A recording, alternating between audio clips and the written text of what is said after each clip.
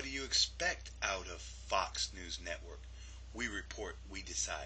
When you got people like O'Reilly here, and Hannity and Combs and all these other morons at Fox, spewing off whatever they want, and then when other people has a different opinion or a newsworthy opinion, they kill the microphone, or they trample over their freedom of speech, just so their voices alone can be heard. Just like he's got full control of the little press button. Says, okay, I don't like it, pop. Or kill his mic. All he has to do is say, hit a button on the side. You don't even have to say it no more. He just presses a button. And his voice is the only one you hear. Kind of reminds you of talk radio, like Rush Limbaugh and, Neil Boortz and the likes. Whenever they don't like something, they just press the button and say their little montage and leave it at that. Well, see, Rush, I can't really consider him. His audience is so hand-picked.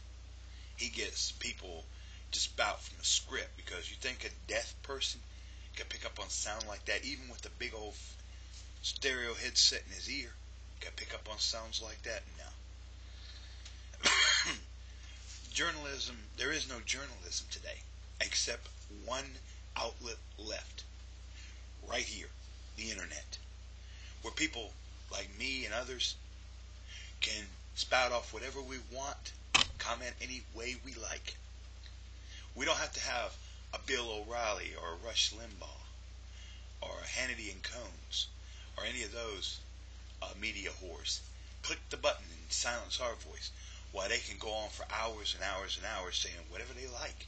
Like if O'Reilly here wants to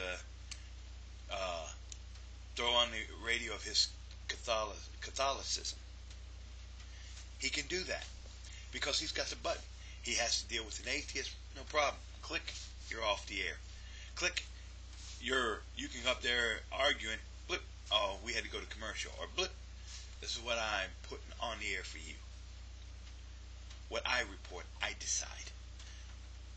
See, that's the way modern media is.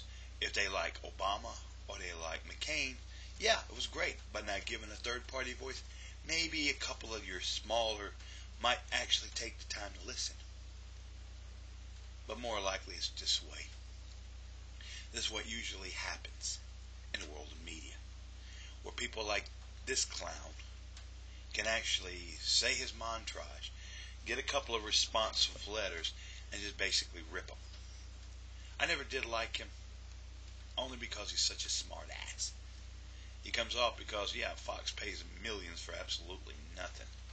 And so many brain dead, like his get behind the president during time of war. I wonder how his thing is now that the war has turned away from popularity. Fox's big news was always war. Back to president. We report, we decide. If we don't like certain things, we might put it in, we might not. Leaving out the human voice. But that's Fox for you. And all these journalists who used to work for him should have spoke up then.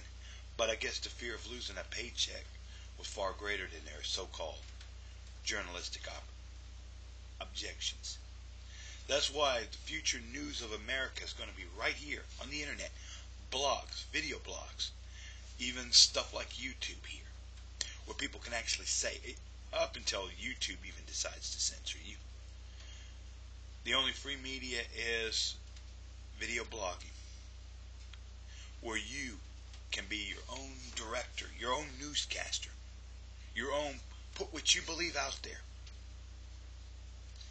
and just let the chips fly where they must. Say whatever you like, just do it.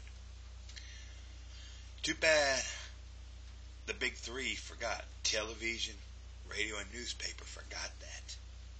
When there used to be true, unobjective journalists who would go in there and search for the truth. But those days are gone. If you don't believe me, look at the current news and see where they most heavily